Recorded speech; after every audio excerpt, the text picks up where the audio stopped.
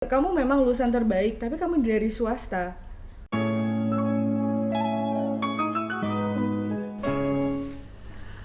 Oke, halo teman-teman semua yang ada di channel Infinite Game. Kembali lagi dengan saya, Adinda, di acara ini dengan sesi yang berbeda dari sebelumnya. Di sebelah saya ada Pak Rizal, seorang dosen teknik elektro UGM, sekaligus pendiri Gerakan Sekolah Menyenangkan. Oke. Selamat pagi. Selamat pagi. Selamat pagi semuanya. Tapi kita hari ini nggak ngomongin soal GSM ya. Jadi bagi teman-teman yang penasaran dengan GSM itu apa, ada di video kami sebelumnya, bisa langsung dicek di akhir video ini ya. Kita hari ini kedatangan narasumber cantik dari Boyolali, Mbak Fiska. Halo Mbak Fiska. Halo Dinda, halo Pak Rizal. Halo Fiska.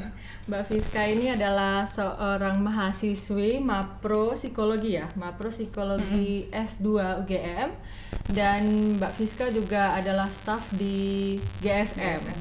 Di GSM ngapain aja sih Mbak kalau di GSM? Kalau di GSM itu biasanya kalau bagian saya itu bagian tentang Social Innovation Advocacy, jadi lebih membahas tentang framework perubahan, tentang strategi perubahan yang akan kita lakukan ketika kita itu melakukan pelatihan, kemudian strategi perubahan ketika kita itu pendampingan dengan berbagai stakeholder kayak gitu. Macam-macam sih. Bekerjanya dengan Pak Rizal juga. Dengan Pak Rizal ya. Oke. Kerjanya mikir. Disuruh mikir terus. Oke, mantap. Sesuai lah ya sama ininya studinya ya. Ya nggak ya? Iya sih. Iya sih. Jadi tiap waktu harus mikir. Tapi looks like-nya nggak kelihatan orang mikir kan? Sebenarnya nggak sih. Enggak ya. Kayak orang apa berarti? Lebih ke ceria. muslimah. Karena pakai jilbab. Iya. Oh iya sih, first impressionku ke Mbak Fiska kayak gitu. Oke. Emang muslimah sih.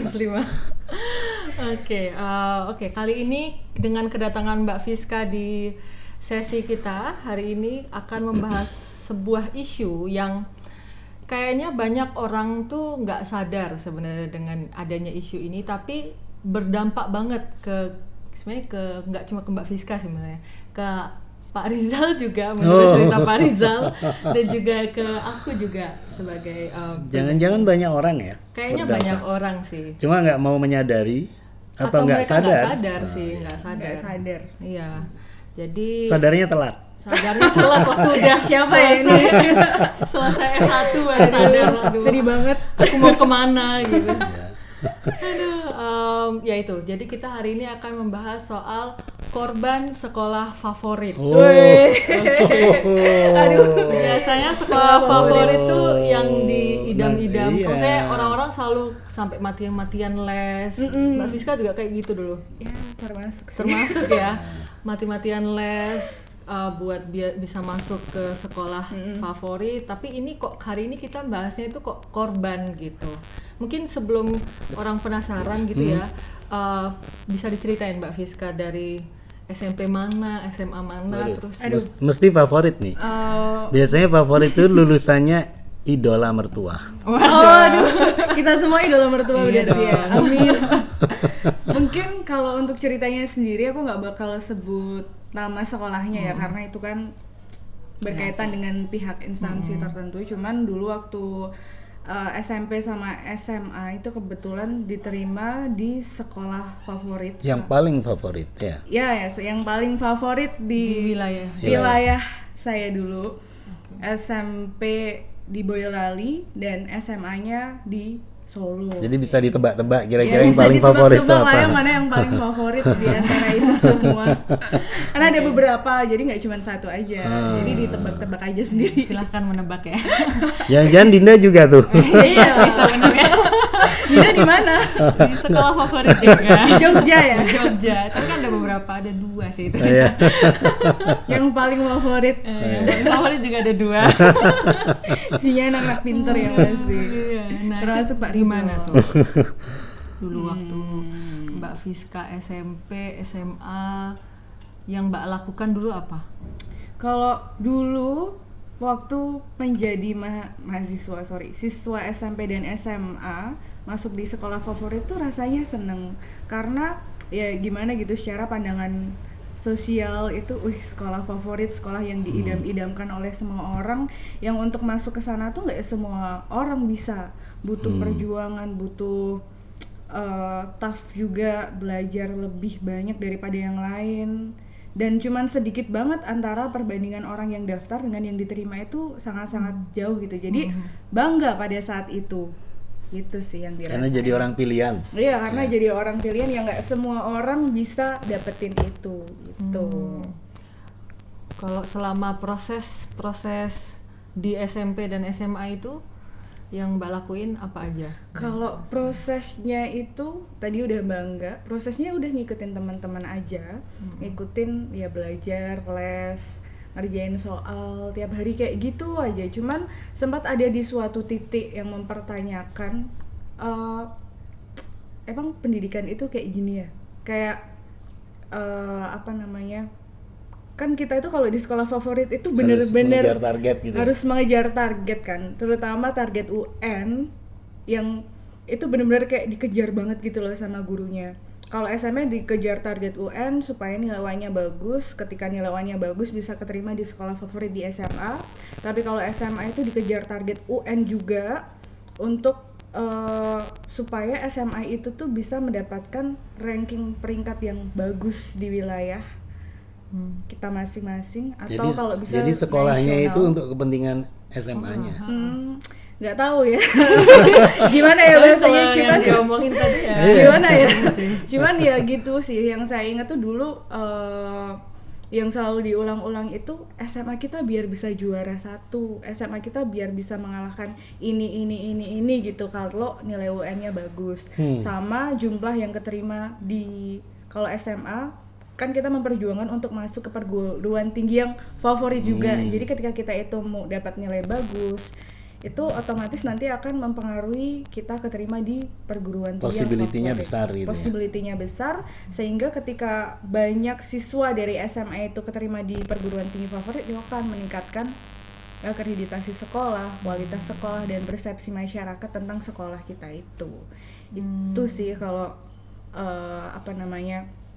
gimana proses kita belajar. Cuman ya itu tadi balik lagi ada di suatu titik emang pendidikan itu kayak gini ya, kesannya kok kayak kita tuh disuruh mikir terus, ngerjain soal, bahkan waktu untuk diri sendiri itu kayak Kurang. sedikit banget. Jadi dulu pengalamanku waktu sekolah di favorit ya, sekolah SMP SMA tuh pagi hari itu ada jam ke 0. Jam ke 0 itu SMP itu jam berapa ya? Jam 6 apa jam setengah 7 gitu udah masuk. Pokoknya itu tuh pagi-pagi banget. Sekitar jam 5 setengah 6 tuh harus sudah berangkat dari Malah rumah. bagus dong, sholat subuhnya tepat waktu. Oh ya kalau itu jelas sih. Poin plusnya ya, Poin plusnya itu. Terus habis itu sekolah sampai sore, habis sekolah itu ada tambahan les lagi dari sekolah sampai sore. Setelah dapet tambahan les itu kita masih les bimbel sampai maghrib kayak gitu. Terus malamnya terus pulang Ngerjain masih PR. ngerjain PR. Tiap hari begitu ya? Hampir tiap hari kayak gitu. Kayak jadi masukin ke mesin cuci lah. Terus berjalan berputar terus gitu kan. Iya. Berjalan kayak gitu. Dan sampai kita itu mungkin kayak nggak ada waktu untuk main, ya ada sih tapi itu sangat minim gitu loh. Kayak gitu. Terus ya gitulah, intinya kayak gitu terus. Yang sekarang itu kalau saya itu flashback ke belakang, saya kayak mikirin, wih gila hidupku dulu kayak gitu. Dan dampaknya itu kerasa bener ketika mulai masuk kuliah. Dari SMA mempersiapkan untuk kuliah itu mulai kerasa bener rasanya, karena selama bertahun-tahun itu fokus di akademik aja, jadi kayak ketika milih jurusan kuliah itu kayak bingung. Bener banget. Jadi bingung, kayak milih itu lebih berdasarkan dari persepsi publik. Bener banget kata Pak Rizal, persepsi publik, di mana milih jurusan yang paling favorit di antara. Jadi lebih ke kayak gini, milih jurusan itu karena ya itu jurusan untuk anak-anak pintar, itu jurusan untuk anak-anak yang kalau kamu memang pintar ya kamu harus masuk jurusan itu dan kamu harus kuliah di kampus itu. Kayak Pandangan orang lah ya. ya pandangan orang lah intinya. Jadi milih jurusan bukan berdasarkan atas minat bakat kita, tapi istilahnya kayak lebih ke social pressure di mana masyarakat itu memandang baik, itu yang kita pilih. Jadi bukan berdasarkan pada memang itu terbaik untuk diri kita gitu. Dulu Mbak S1-nya apa? Dulu S1-nya psikologi di kampus swasta, yang itu juga karena nggak keterima di Di waktu jurusan daftar. yang paling favorit Iya. dan universitas paling favorit, Favorit. akhirnya ke swasta di psikologi. Nah itu kan berarti Mbak Fiska waktu SMP SMA mengalami apa ya, kayak kurang Mengenal diri. diri. Nah proses selama Mbak di S1 itu gimana, untuk apakah Mbak mengenal diri itu dengan sendirinya, itu kayak gimana prosesnya? Atau mungkin seneng nggak sama jurusannya itu? Ya bisa jadi, mungkin gimana Mbak? Jangan-jangan lebih senang sama jurusannya daripada yang dianggap orang itu. Ya. Jadi itu benar sih kata Waridel. Jadi memang dulu tuh waktu SMA itu mau masuk kedokteran. Masuk kedokteran itu persiapannya itu benar-benar kedokteran banget gitu. Waktu daftar dulu, waktu zaman saya itu undangan tuh ambilnya kedokteran, SBMPTN yang tes itu juga itu ambilnya Gila, kedokteran. itu 1 banding berapa tuh Iya, kedokteran tuh makanya susah. susah banget. Jadi kayak benar-benar gara-gara persepsi sosial itu tadi, jadi kayak otak tuh Itu semua ambis anak gitu. paling pinter di SMA se-Indonesia bertarung di situ belum tentu keterima loh. Iya. Nah, untungnya nggak keterima sih. Itu suatu rasa syukur tersendiri nggak keterima kedokteran, karena dari situ justrulah kalau saya ngerasa itu kayak semacam titik balik bagi saya untuk mengenal diri saya secara lebih dalam, apalagi ketika kuliah di psikologi. Jadi dulu tuh prosesnya udah kan nggak keterima di kedokteran, terus akhirnya baru bisa ikut ujian mandiri dan ujian yang di swasta. Mau masuk kedokteran nggak bisa karena pada saat itu kebetulan kondisi ekonomi orang tua tuh baru nggak baik. Biaya juga mahal. Biaya kan Mahal kedokteran sekali. mahal banget, masuk aja bisa 100 jutaan iya. lebih. Belum nanti kalau yang lain-lain. Nggak worth it lah. Nggak worth it. Terus akhirnya dipertimbangkan daftar swasta di salah satu universitas swasta itu, ambil di psikologi. Itu ambil di psikologi juga karena awalnya karena gedungnya bagus awalnya itu. Konyol banget sih itu, karena di kampus swasta itu tuh pada saat itu ya gedung yang paling bagus setelah kedokteran itu adalah kampus psikologi. Sebenarnya pengen ambil yang lain kayak teknik arsitektur, tapi lihat gedungnya kok kuno, Makin tidak nyaman ya. konyol banget sih. Jadi yang tadi persepsi pandangan orang, sekarang pandangan lebih bangunan ke ya. pandangan bangunan kayak gitu. Nah terus habis itu waktu mandiri itu daftar di jurusan lain, UMBTN. Pokoknya ujian mandiri itu keterima di teknik sipil di salah satu universitas negeri, dan ikut vokasi itu diterima di rekam medis UGM pada saat itu. Nah jadi kan ada 3 pilihan nih. Bingung pada saat itu juga antara milih ketiga jurusan, psikologi tapi swasta, teknik sipil negeri bagus, rekam medis negeri dan bagus. Terus bingung juga karena kayak masih kebawa sama persepsi orang lagi, balik lagi kayak kalau milih psikologi tapi swasta, yang pada saat itu waktu SMA itu tuh swasta selalu dipandang kayak sebelah mata banget gitu loh. Jadi sempat ada salah seorang guru itu bilang kayak gini, intinya menceritakan kakak kelas yang keterima di swasta, terus dia itu jadi lulusan terbaik dari swasta itu, tapi guru saya itu bilang kayak gini, intinya itu kayak nggak worth it banget gitu loh. Kamu memang lulusan terbaik tapi kamu dari swasta, ya apa banget gitu loh. Jadi kayak Jadi ada dianggap semi menghina gitu. iya, ada semi menghina dan kayak intinya sebelah mata banget gitu. Dan terus di sisi lain di SMA saya pada saat itu, kalau anak gak masuk universitas negeri dan favorit itu tuh kayak dipandang sebagai anak buangan, Anak second layer atau anak third layer second ya. layer, third layer, ya intinya anak yang buangan banget lah. Nah pada saat itu kan namanya anak SMA ya masih terpengaruh banget sama hal itu. Pencarian identitas lah ya. Pencarian identitas kayak gitu. Jadi kayak mempertimbangkan itu juga, Pandangan peer. pandangan peer banget, pandangan guru, pandangan orang-orang sekitar masyarakat juga. Dan Mbak Fiska dulu anak-anak yang diunggulkan juga nggak sih? Nggak, kalau diunggulkan ya nggak tahu lah ya apa namanya itu. Tapi intinya kan dari sejak SD itu kan selalu dapet ranking 1 terus masuk SMP favorit, SMA favorit, itu otomatis kayak harapan masyarakat ke kita itu kan kayak besar kan, ekspektasinya itu besar. Nah cuman singkat cerita sempat ngobrol sama orang-orang, sempat dapat nasihat dari beberapa orang kalau kamu itu mau kuliah itu jangan karena kampusnya tapi lebih karena jurusannya.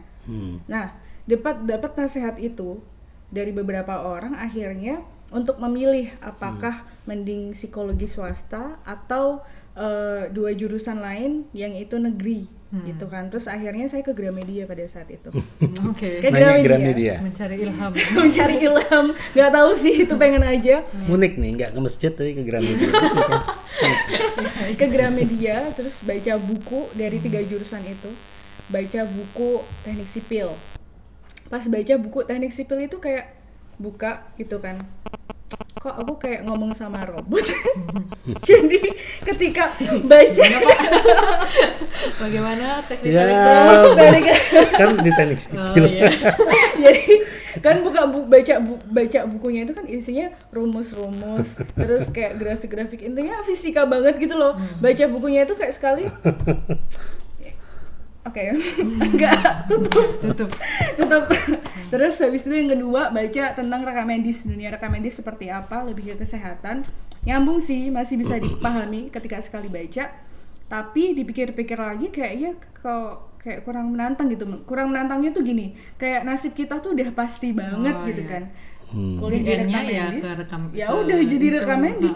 Rekam medik ya namanya. Just it gitu loh. Jadi kayak kurang gitu. Kurang challenging ya. Kurang challenging dan kayak masih ada keinginan untuk mengeksplor yang lain lagi gitu. Terus masuk di psikologi, nyambung, sekali baca udah bisa memahamin, udah bisa intinya lebih gampang untuk memahami itu gitu kan. Terus akhirnya ya udah deh, walaupun ada pertimbangan social perception itu tadi, terus mempertimbangkan juga di masa depan itu seperti apa. Kayaknya kalau misalkan cuman ngikutin pendapat orang tapi nggak sesuai sama diri, kayaknya nanti bakal tersiksa kayak SMA lah. SMA kan kita ada banyak banget pelajaran kan, fisika, matematika dan lain sebagainya Yang nggak disukai yang nggak disukai Tapi sebenarnya. Tapi harus kan. Jadi kayak masa yang kuliah ini gitu lagi ya. Jadi kayak ya udahlah. Masih bagus dia. Iya sih. Masih bagus. Ya udahlah, akhirnya ya udahlah milih psikologi aja daripada nanti kita kuliah tapi setengah-setengah, stres, nggak menikmati, malah nggak bisa mengaktualisasikan diri secara optimal dan nggak bisa mencoba hal lain. Intinya nggak bisa menikmati hidup, ya udah psikologi aja akhirnya kayak gitu. Nah di psikologi itu karena mungkin belajarnya psikologi yang awalnya karena gedung, tapi karena akhirnya dipaksa memilih karena pilihan yang lain nggak sesuai. Tapi di situ justru titik balik.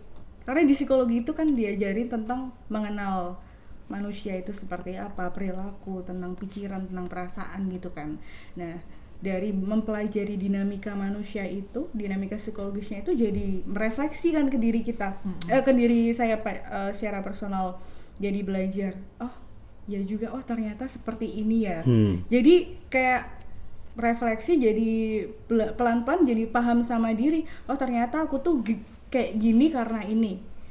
Salah satunya ya memahami bahwa kenapa dulu sampai tidak kurang strategik dalam memilih jurusan dan sampai akhirnya gak keterima, itu ya salah satunya ya karena dulu kurang memahami diri.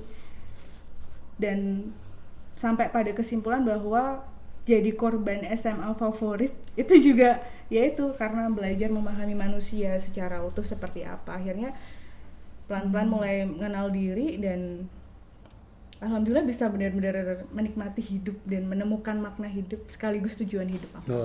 Kayak gitu. Cepat sekali. Lama dong, 4 tahun loh bisa menemukan itu. Relatif. Tapi sudah sadar dengan cara membaca buku sebelum masuk itu, saya nggak pernah mengalami kayak gitu. Ilham. Ilhamnya bukan di masjid tapi di Gramedia. Di Gramedia. Nggak tahu sih kenapa juga Dan bisa yang kayak pakai gitu. jilbabnya juga setelah di Gramedia. Oh iya benar. Oke. Nah, menurut ini kan baru cerita satu orang nih, Pak. Padahal maksudnya dari cerita Mbak Fiska, I can relate. Saya bisa relate dan Anda lah merasakan hal Ya itu Nadine, Dinda juga begitu ya. Iya. Ini mirip tadi Mirip, Chandra maaf. Winata sih memang. Nah, menurut Pak Rizal melihat apa ya? Melihat salah satu cerita dari Mbak Fiska ini gimana menurut pandangan Pak Rizal? Saya pikir itu fenomena umum ya. Fenomena Umum karena kalau saya ngobrol sama beberapa anak muda itu memang kegalauan untuk mencari bidang jurusan yang digemari itu kan nggak gampang. Karena memang saya dengar sistem pendidikan kita sejak pendidikan dasar kan tidak pernah mengajak untuk mengenali diri kan. Benar banget. Sibuk dengan konten-konten pengetahuan, sibuk dengan hafalan, sibuk dengan ulangan, ujian, penguasaan, rumus dan sebagainya sehingga lupa. Tadi kan Fiska bilang nggak punya waktu toh? Ya nggak punya waktu, Ya kan? terlalu banyak PR. Dari jam ke-0 sampai jam ke-12 belum les, Iya sih, kalau belum itu ngerjain bener PR, tugas malam, subuh-subuh harus bangun terus begitu. Nah sehingga menurut saya itu fenomena umum dan banyak memang ditemui orang yang tidak merasa bahagia dengan pilihan-pilihannya, tetapi dia harus melakukan itu karena persepsi publik sudah mengarahkan dia ke sana. Ada sebuah teori sebenarnya yang menjelaskan itu, namanya teori games, teori permainan. Nah, teori ini ditemukan oleh James Cars. Dia adalah filsuf dari New York University. Dia dosen kalau nggak salah, dia juga agamawan kali. Dia mengatakan bahwa di dalam kehidupan ini ada dua model games. Yang satu adalah finite games, yang satu infinite games. Games yang berbatas dan games yang tak berbatas. Tujuan dia sebenarnya bukan untuk membandingkan mana yang lebih baik di antara dua games ini, tetapi tujuan dia sebenarnya ingin menyadarkan kepada orang bahwa kamu sebenarnya sedang bermain di area games yang apa.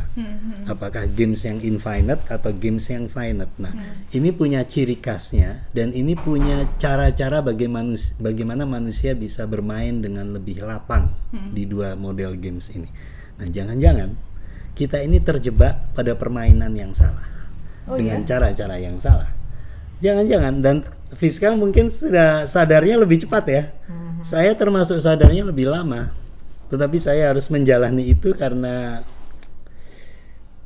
nggak tahu, saya tidak tahu, saya nggak bisa keluar dari itu dan Mungkin bisa diceritain. ada tekanan-tekanan yang membuat saya malu untuk lepas dari bidang yang saya geluti. Dan Iya.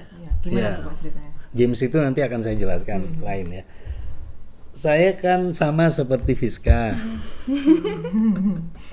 Saya nggak tahu namanya korban atau enggak. Tapi saya di SD biasa saja di kampung gitu. SMP, SMA favorit, mungkin paling favorit gitu ya. Dan kita tahu pandangan orang kalau nggak masuk ke sekolah jenjang yang favorit dan perguruan tinggi yang favorit itu tidak mungkin. Pandangannya itu membuat kita seperti itu. Nah, saya memilih teknik yang pada saat itu paling favorit karena saya ingin mengalahkan pandangan semua orang itu bahwa saya mampu di situ. Makanya saya memilih teknik elektro dan informatika kan pada saat itu ya, itu sangat dianggap paling favorit dan paling sulit untuk masuk. Sama seperti kedokteran tadi Fiska ngomong. Dan saya hanya memilih dua kampus, kalau nggak ITB atau UGM. Karena kalau yang lain saya nggak mau. Jadi memang korban dari favorit ini pokoknya kalau nggak dua kampus ini menurut saya I'm second layer. Iya, jadi benar. sudah universitasnya harus the best, jurusannya harus the best. Gila itu. Bisa dibayangkan kira-kira persiapannya seperti apa. Tapi mungkin saya agak pragmatis, jadi saya nggak ngejar UN, nggak ngejar Heptanas, saya lebih ngejar 2 tahun atau 1,5 tahun saya tuh bacanya tiap hari buku sekalu tebel-tebel gitu untuk persiapan UMPTN dan alhamdulillah keterima. Tetapi ternyata di tengah perjalanan saya kan aktif di mahasiswa, di senat mahasiswa, banyak bertemu dengan banyak mahasiswa dari lintas fakultas, saya banyak mendengar berbagai macam perspektif, view dan sebagainya. Saya kemudian menemukan satu titik, kayaknya saya salah jalan nih. Oh iya. Oh iya. Walaupun itu di universitas favorit dan jurusan paling favorit. Because I'm not happy with that. Why? Ya ternyata saya lebih suka bidang yang lain, yang itu dulu tidak punya tempat untuk didiskusikan di sekolah saya. Waktu SMA. Waktu SMA. Karena dianggap itu bukan jurusan favorit gitu ya. Yes. Nah, ini yang saya khawatir, ini banyak terjadi di semua anak loh. Bener banget itu. Saya khawatir ini banyak terjadi di semua anak. Dan realitanya memang terjadi. Yes. Kalau ini disurvei, jangan-jangan lebih banyak yang salah pilih. Bukan karena passionnya, tetapi karena tekanan orang tua, karena pandangan orang, karena pressure di SMA, karena karena harapannya sendiri bahwa kalau mau sukses karirnya harus masuk jurusan yang sangat favorit itu. Bener banget. Bahwa ternyata kalau ya tadi Fiska mungkin lebih tahu baca buku-buku filsafat, buku psikologi, bahwa kesuksesan itu bukan berasal dari eksternal, tapi sebenarnya berasal dari internal diri kita. Dan belum tentu eksternal menganggap itu akan sukses melalui jurusan yang paling favorit itu membahagiakan kita. Nah, saya termasuk yang di dalamnya. Tapi saya nggak tahu ya, saya nggak bisa lepas dari itu. Kalau Fiska beruntung sudah sadar itu di awal tahun, saya kan sadar itu di tahun ketiga kuliah. Kalau saya keluar, kasihan orang tua. Semester 6 ya? Semester 4 gitu sudah mulai 4-5 itu sudah mulai sadar saya. 5 itu udah goyah, benar-benar goyah. 6 itu saya antara mau keluar nggak. Dan beberapa teman saya keluar loh dari jurusannya, memilih keluar. Saya akhirnya saya sticknya pada saya nggak mau membebani orang tua. Jadi saya fokusnya akhirnya menyelesaikan karena orang tua, dan kok sampai S2 sampai S3 di bidang itu. Oh gitu. Kenapa? Orang tua juga. Oke. Kayaknya banyak sih orang-orang yang dia kuliah karena lebih keinginan orang tua. Tapi iya sih, aku dulu pengen masuk sejarah, kalau enggak filsafat. Musik katanya. Musik ya ada keinginan, tapi apa ya, kayak ya, nggak mungkin lah di SMA-mu mau masuk sejarah filsafat iya, nggak ada ruang diskusi untuk itu, nggak ada. Betul. Tapi selain dari sekolah nggak ada kesempatan, juga dari orang tua juga, kamu mau jadi apa? Iya, itu dulu juga perkataan yang sering banget disampaikan oleh orang tua maupun lingkungan kalau misalkan pengen jadi sesuatu di luar jurusan favorit. Kayak dulu kan sebenarnya aku juga pengen masuk ke desain interior gitu, ataupun arsitektur. Terus respon yang pertama kali disampaikan adalah, kamu mau jadi apa? Gitu. Padahal sekarang banyak kafe-kafe. Belum ada revolusi industri 4.0 soalnya dulu. Benar. Ya. Berarti gimana ya? Kalau kaitannya sama finite infinite game tadi, Pak. Nah, di dalam teori itu mengatakan bahwa finite games ciri khasnya adalah tujuan utamanya adalah untuk memenangkan sesuatu. Itu adalah sebuah games yang settingan aturannya sudah jelas, di set di awal, dan ketika kita sudah terlibat di dalam permainan itu kita tidak bisa mengubahnya sewaktu-waktu. Misalnya kita main bola, kan nggak bisa tiba-tiba bukan 11 orang tapi 8 orang, nggak bisa kan tiba-tiba begitu. Tetapi di set harus di awal. Sehingga semua orang memang menyiapkan aturan itu. Yang kedua, playernya itu known, diketahui. Kita tahu siapa lawan kita. Karena tujuannya memenangkan, maka time frame itu menjadi penting. Makanya salah satu settingnya tempatnya jelas, aturannya jelas, timing waktu endingnya itu, selesainya itu juga jelas. Sehingga kita mengeluarkan segala sumber daya kita untuk memenangkan pertarungan itu. Ibaratnya capek-capek. Kalau bayangkan orang main bola bukan 90 menit, tapi 900 menit. Capek. Mati kali ya, gak cuma capek ya. Mati kali ya. Iya kan? Mati kali. Sehingga 90 menit itu kita akan mengeluarkan segala sumber daya, energi kita, semuanya, pikiran dan sebagainya untuk memenangkan pertarungan, dan ketika at the end of the time there will be the winner. Ya kan? Loser atau the winner. Tetapi di dalam infinite games, pertanyaan saya ke finite games, apakah kehidupan kita itu dibatasi dengan waktu? Kita No. tidak tahu kita itu matinya Nggak tahu kapan, sih. berakhirnya kapan.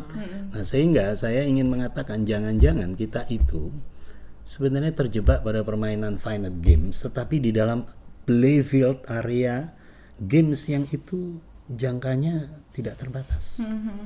Nah, makanya kemudian James Cars itu mengatakan bahwa ada games yang kedua namanya infinite games, yaitu permainan yang tidak berbatas. Tujuannya bukan untuk memenangkan pertarungan, tetapi tujuannya to stay in the game. To stay in the game. To stay in the game. Jadi continuing play in the game. Jadi tetap terus bertahan di dalam area permainan yang tidak berbatas itu. Karena seperti itu, maka rule-nya itu tidak disetting oleh eksternal. Kalau tadi finite game rule-nya disetting oleh eksternal. Siapa yang men-setting? Ya komite bola, komite olahraga apa. Kalau ini rule-nya kita setting sendiri. Contohnya kalau di finite games mencari pekerjaan, ngelamar pekerjaan, itu finite games. Gimana caranya saya membuat resume, menyiapkan interview, kan Fiska orang psikologi agar diterima di pekerjaan itu. Benar banget. Sehingga batasnya harus jelas, kita menyiapkan segala sumber daya itu, dan kita nggak mungkin ngomong sama interviewernya aturannya dirubah dong, nggak mungkin. Di tengah pembicaraan kita bisa didiskualifikasi. Tapi kehidupan kita kan tidak begitu sebenarnya. Dan itu kata James Cars itu mengatakan, kamu bayangkan kayak daily conversation in finite games itu. Kayak kita sekarang ini kan tidak sedang memenangkan siapa yang menang, siapa yang kalah. Tetapi terkadang kita perlu berpikir ketika kita banyak bicara dan tidak memberikan ruang bagi orang lain untuk bicara, kan nggak nyaman ya orang lain itu. Kita bisa ngubah strategi kita, rule kita untuk tidak banyak bicara, kemudian kita diam dan memberikan ruang bagi teman kita yang bicara itu untuk berbicara. Sehingga yang terjadi adalah playful conversation, menyenangkan, lebih long lasting dan sebagainya, sehingga setiap orang itu akan bisa mengubah aturan-aturan itu dengan persepsi dirinya itu. Nah, sehingga tujuannya tetap kita punya conversation yang baik. Nah, ini sama seperti kehidupan di dunia nyata kan. Kehidupan kita kan tidak melulu ingin memenangkan pertarungan, tetapi kita tidak sebenarnya lebih kepada kebahagiaan. Kayak misalnya mencari job satisfaction, kepuasan pekerjaan. Memang salah satu caranya adalah mendapatkan pekerjaan. Tetapi apakah dengan mendapatkan pekerjaan lalu mendapatkan posisi yang tinggi di pekerjaan kemudian otomatis bahagia? Belum tentu. Walaupun dapat gaji yang tinggi juga ya. Belum tentu. Ketika dia untuk mencapai itu, dia kerja keras, dia makannya sembarangan, malam hari dia kena diabetes, kena kolesterol. Dia punya uang nggak bisa makan apa-apa. Apa yang bahagia? Di satu sisi ada orang yang mungkin santai, mungkin jadi seniman atau jadi artis begitu, dan dia sangat passion dengan apa yang dia lakukan. Dia mungkin tidak dipuja-puji seperti dokter atau seperti engineer, tetapi dia sangat bahagia dengan kehidupannya. Dan ketika dilihat looks like-nya lebih happy, more happier than other. Jadi kadang-kadang jangan-jangan kita terjebak pada permainan yang salah. Nah, ini yang sebenarnya di teori infinite dan finite games itu James Cars ingin menyadarkan kepada semua orang, ketahuilah kamu sedang bermain di area yang seperti apa. Nah, kalau kamu tahu area permainan itu, maka kamu akan bisa mengubah sendiri rule-rule dan strategi-strategimu. Yang paling penting adalah continuing to stay in the games. Nah, itu adalah infinite games. Berarti kalau dikaitkan dengan cerita Mbak Fiska tadi, ketika tadi Mbak Fiska bilang titik balik, itu ketika Mbak Fiska sadar dengan gamesnya dia yang mungkin di awal kita mengira itu di finite, tapi ternyata enggak harus.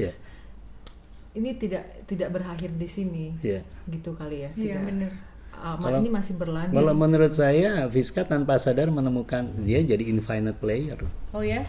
Iya, karena kamu tidak larut dengan kegagalanmu, benar. tidak diterima di kedokteran itu, kemudian mencari kayak problem solving, mencari jalan lain, mencari dirimu itu sebenarnya suka apa, makanya larinya ke Gramedia tadi, baca buku dan sebagainya. Kan ada 3 pilihan tadi kan. Iya, benar. Oh, ternyata aku seneng yang ini, berarti kan Fiska mencoba mengubah strategi dan set rule-nya itu tidak lagi di jurusan itu, tetapi di jurusan yang lain agar Fiska tetap continuing to stay dengan kuliah. Iya benar, dan tidak lagi ngikutin apa kata orang, Iya. tapi lebih belajar mencoba untuk kenal diri Mendengarkan sendiri. dirimu kan, suara Iya, benar hatimu. banget. Dan Iya. ternyata tadi saya dengar sekilas ya, itu lebih enjoy kan. Ya, lebih enjoy dan lebih powerful untuk kita benar-benar bergerak terus Iya. menerus gitu sih. Dan sekarang juga S2-nya juga di bidang psikologi. Iya. Kegiatanmu di Gerakan Sekolah Menyenangkan juga terkait dengan psikologi dan you like it, you enjoy your life, Sangat. dan it's you. Jadi setiap orang sebenarnya bisa seperti Fiska kan, menemukan dirinya dan kemudian mengubah strateginya agar tetap play in the games, daripada tidak menemukan kemudian dia mencoba terus di jurusan-jurusan yang ada dan ternyata gagal, akhirnya tidak kuliah malahan, atau mungkin malah tidak menemukan kebahagiaannya dan akhirnya desperate, tidak mencoba untuk keluar dari itu dan tidak menemukan pekerjaan yang disukainya, kan banyak kan. Nah, banyak banget sih. Jadi bersyukurnya itu karena tadi bukan salah jurusan ya, nemuin di kuliah, terus sekarang menjalani pekerjaan dan kuliah itu benar-benar di bidang yang sesuai diri, itu nggak jadi kayak nggak lagi kuliah karena pengen dapat pekerjaan. Jadi nggak hanya sebatas itu, tapi lebih ke tujuan hidup tuh jadi bisa lebih jauh. Kamu punya banget. dampak apa buat bisa dampak masyarakat? apa gitu. Oh itu kan jarang ya dulu di SMA. Aduh, nggak ada. Di SMA kamu mau jadi apa? Gitu. Bukan kamu mau berbuat apa? Iya, benar. Kamu mau jadi apa? Kuliah di mana? Udah, itu dulu. Oh mungkin ini aku mau sharing sedikit, ini penting banget, bukan penting banget, kayak seru jadi kayaknya. Jadi dulu kan aku sadar, aku IPA kan, aku sadar kalau aku nggak di IPA deh nih kayaknya. Itu sejak SMA sebenarnya. SMA. Tapi sudah terlanjur di IPA kan? Udah terlanjur di IPA gitu. Terus habis itu saya ke guru BP, BP ya, guru BP, Ya, dulu BP. menanyakan, Bu, saya tuh sepertinya bukan di IPA minat saya kalau misal pindah IPS bisa nggak gitu. Ibunya tuh bilang gini, oh nggak, maksudnya nggak bisa. Lagian kenapa kamu harus pindah IPS? Karena kalau kamu di IPA itu kamu bisa Milih banyak jurusan termasuk IPS. Kalau kamu di IPS itu Nggak bisa ke IPA. Terus oh gitu ya. Yeah. Jadi kayak kita tuh di apa ya, disempitkan gitu Iya. mikirnya. Bahkan di SMA aja masih dianggap bahwa jurusan IPA is the best. Gitu kan. Karena emang dunia kita saat itu industrialisasi sedang besar-besaran kan. Industri 2.0, 3.0 ini kan memang manufacturing, industri pabrik yang sifatnya engineering. Sehingga bidang-bidang yang terkait dengan engineering, bidang-bidang yang terkait dengan kedokteran karena terkait dengan health gitu. Science itu memang favorit pada saat itu. Pada saat itu. Tetapi kan orang tidak tahu bahwa sebentar lagi akan terjadi revolusi industri 4.0 yang mengatakan bahwa kompetensi pekerjaan bergeser 180 derajat. Ada katanya buat Economic Forum ada 85 juta pekerjaan hilang, 97 juta tumbuh, dan kompetensinya benar-benar baru. Itu kan ilmu psikologi banget. Sosial, ekonomi, ini ilmu sosial banget. Ketika nggak terdefinisi dengan jelas, berarti kan ilmu manusia banget itu. Iya, manusia. Dan itu dulu tidak favorit. Dan padahal sekarang itu sangat-sangat Menjadi important. favorit mestinya. Kenapa? Karena ilmu-ilmu engineering mungkin akan berkurang. Kenapa? Karena artificial intelligence akan menggantikan disiplin ilmu itu. Hanya beberapa orang elit tertentu yang benar-benar jago di bidang engineering yang akan melanjutkan riset artificial intelligence, tetapi manufacturing yang sifatnya rutin itu nggak perlu manusia lagi dikerjakan oleh artificial intelligence. Bahkan keputusan-keputusan strategis sudah tidak butuh orang-orang yang kuliah di statistik. Kenapa? Karena AI itu akan bisa membuat keputusan yang more strategic and precise than any human in the world.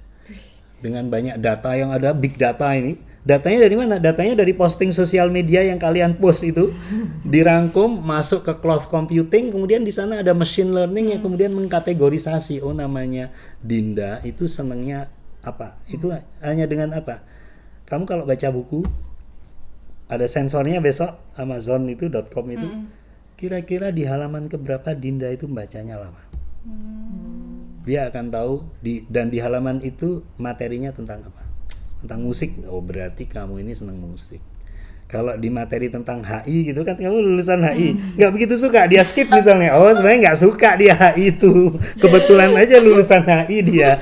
Nah, akhirnya apa? Amazon.com akan memberikan informasi itu kepada marketing perusahaan yang lain. Dia senang musik nih, dia senang musik. Terjadi personalisasi marketing di sana. My point is changing disruptly namanya, jenis pekerjaan, kehidupan, kesenangan itu changing disruptly. Disruptly itu revolusioner gitu ya. Untuk apa? Lintas disiplin ilmu yang tadi yang dianggapnya sudah akan sukses itu berubah semua. Nah, ini yang harus disadari oleh dunia pendidikan. Berarti bisa dibilang games kehidupan ini akan semakin kompleks. Yes, jadi nggak kompleks. cukup kalau kita hanya berdasarkan atau berbasis pada persepsi masyarakat yang dulunya IPA lebih baik daripada IPS, jurusan tertentu lebih baik daripada yang lain. Bisa. Gitu. Infinite game sebenarnya. Nah, tapi kita terjebak pada permainan finite games. Playfield-nya infinite karena kehidupan kita itu kan kita nggak tahu matinya kapan ya. Sukses kita itu kapan? Ada orang yang sukses di usia 20, ada yang sukses 30, ada juga loh yang sukses di usia 40 dan 50. We don't know yet kesuksesan kita itu kapan dan kebahagiaan itu diperoleh pada saat kapan. So it is very infinite sebenarnya. Uncertain, complex, ambigu. VUCA. Era VUCA yang katanya volatile, penuh gejolak. Maka kata Yuval Harari di bukunya Homo Deus atau 21st Century itu lesson itu dia bilang begini, justru ilmu yang sangat menjadi panglima nanti di era VUCA dan era revolusi industri 4 ini, psikologi, ilmu manusia, sejarah, karena sejarah itu akan membangun kebijaksanaan, nilai-nilai baru, filsafat. Kenapa? Karena filsafat kita berbicara tentang kesejatian hidup, kebermaknaan hidup, berbicara tentang manusia, sejarah manusia itu bagaimana dan masa depan manusia itu mestinya seperti apa. Yang itu sebenarnya sangat dibutuhkan di era robot karena robot nggak bisa. Robot saat ini artificial intelligence, neural networknya, jaringan otak robot itu belum bisa menyerupai manusia yang punya sifat ruhaniah di dalamnya, feeling, empathy. Robot saat ini belum bisa. Saya nggak ngerti ya kalau ke depan gitu. Nah, ini justru malah ilmu-ilmu ini yang harusnya ditingkatkan lagi di dunia pendidikan kita agar manusia tidak tergantikan oleh robot ke depan. Jadi dengan kata lain, dunia pendidikan yang dulunya fokus di akademik aja, itu harus mulai diubah, mengajarkan tentang kebermaknaan hidup, mengenal diri, dan lain sebagainya. Itu sebenarnya it is more important. Yes. Karena udah usang itu. Academic knowledge is easily to be obsolete. Usang. Kenapa? Karena artificial intelligence akan menyediakan pengetahuan dan informasi lebih cepat dari manusia itu sendiri. Sehingga pengetahuan itu obsolete. Kita sekarang belajar A, ternyata artificial intelligence sudah Z. Nah, kita mau kejar-kejaran sama robot digital, ya kalah pasti. Karena apa? Manusia itu punya rasa lelah, robot nggak punya rasa lelah. Benar. Manusia punya keterbatasan fisik, robot nggak punya keterbatasan fisik. Bisa dibuat kayak gitu ya? Iya, robot. Nah, tetapi robot nggak punya feeling. Manusia punya feeling. Manusia punya imajinasi, robot belum punya imajinasi. Justru malah kodrat-kodrat ini yang harus dibangkitkan kembali di dunia pendidikan. So infinite games, balik lagi ke infinite games. Infinite games itu akan mendorong orangnya, playernya, pemainnya itu bisa mengubah strategi rule-nya itu dengan lebih fleksibel. Karena kita tidak sedang ingin mengalahkan siapa. Betul. Tapi kita we want to just stay in the game. Jadi justru malah daya juang yang dibangun. Nah, daya juang itu Fiska mungkin lebih tahu, itu bisa dicapai pada orang-orang yang bahagia Bener. dan punya passion.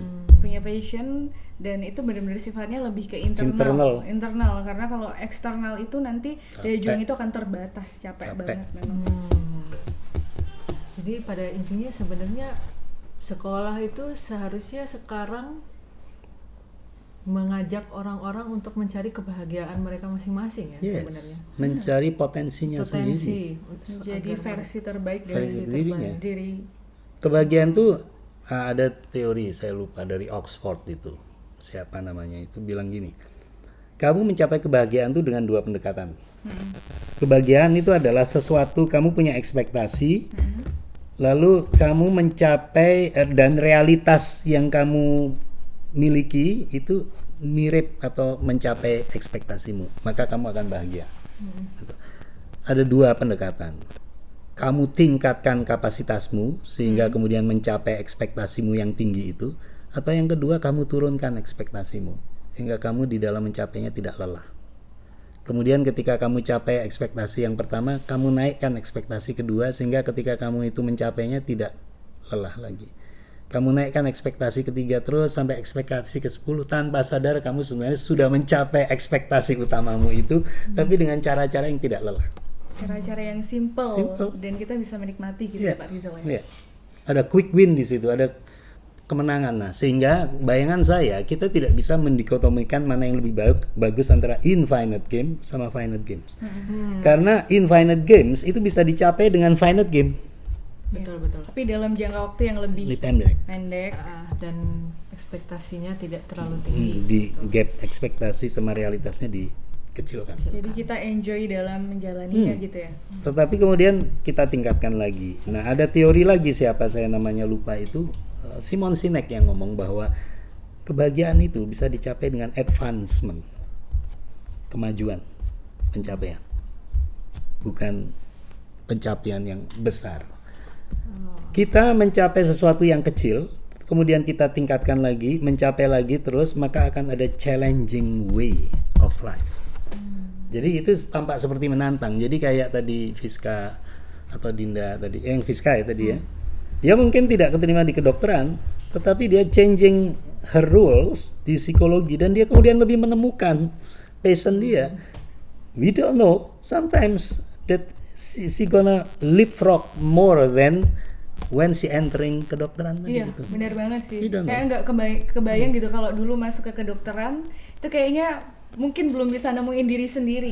Karena ketika di psikologi, ketika nemuin diri itu malah lebih bisa menemukan peluang-peluang lain yang itu jauh lebih luas dan lebih banyak daripada kedokteran. Jadi kayak diri juga merasa lebih bermakna, lebih ternyata aku bisa ini ya. Ternyata aku bisa ini yang lain juga ya. Ternyata nggak cuman ini aja ya gitu. Nah, your feel about this itu sebenarnya di dalam permainan Infinite Games itu namanya horizon. Apa itu? Finite Games itu ada endingnya, ada boundariesnya, ada batasnya. Finite Games, tapi Infinite Games itu nggak ada batasnya. Batasnya adalah dirimu sendiri. Apa itu horizon? Perspektifmu, viewmu. Ketika kita mencapai the end of our view di dalam Infinite Game, then you need, itu adalah titik poin awal bagimu untuk melompat ke boundary yang ke perspektif yang baru. Tadi Fiska bilang ketika saya di psikologi saya menemukan diri saya jadi senang, terus saya kemudian membuat ekspektasi baru. Saya menemukan kembali, saya buat ekspektasi baru. Saya menemukan lagi, saya buat view baru sehingga horizonnya menjadi luas Panjang gitu. gitu. Dan this is Infinite Games. Jadi tidak ada boundaries. Boundary itu malah titik awal bagimu untuk berjalan terus di dalam playfieldmu sampai nggak tahu sampai kapan sampai mati. Iya. Dan jangan-jangan your views itu diteruskan orang lain. Iya, bisa jadi karena dalam perjalanan hidup kita ketemu orang lain, kita berbagi, orang menerima. Iya. Muncul views baru lagi. Akan seperti itu. Itu yang kalau itu saya pribadi, gerakan sekolah menyenangkan itu biarkan orang lain yang akan menjalani itu. Bukan saya menciptakannya, membuatnya, ngajak banyak orang untuk terlibat. Tapi biarkan setiap orang punya mimpinya di dalam meneruskan perjalanan apa gerakan sekolah menyenangkan, sehingga perubahannya kapan saya juga nggak ngerti, mungkin saya sudah meninggal itu masih berjalan terus, ada banyak orang yang meneruskan. So the horizon is limitless kalau itu infinite games. Nah jadi justru kita itu harus merenung saat ini di dalam mencapai kebahagiaan hidup itu kita sedang memainkan finite atau infinite. Ya, that's keyword kita hari ini sih sebenarnya. Jadi apa ya, dari sesi pembicaraan kita hari ini kita jadi tahu, disadarkan, oh ternyata we don't need to sangat worry dengan kehidupan ini karena jangan-jangan kita terjebak dalam finite games only, padahal no, kita berada dalam games yang infinite gitu ya. Oke, menarik sekali hari ini pembicaraan kita. Menarik banget, dapat insight sekolah banget. favorit dan mendapat insight tentang finite dan infinite games ya. Oke. Jadi nggak perlu terjebak di sekolah favorit dan tak sekolah favorit kan? Gitu. Jadi bagi teman-teman yang kok aku nggak dapat sekolah favorit gitu, dan ya you don't need to worry karena you need to worry about your other finite. Yeah, still have possibility for you to find yourself. Yes. Begitu teman-teman semua. Terima kasih kepada Mbak Fiska yang sudah berbagi cerita hari ini, dan juga Pak Rizal yang sudah menceritakan soal finite dan infinite games. Oke teman-teman semua, kita sudah di akhir acara nih. Nantikan video-video kita selanjutnya di channel Infinite Games. Sampai jumpa di video Infinite Games lainnya. Bye-bye.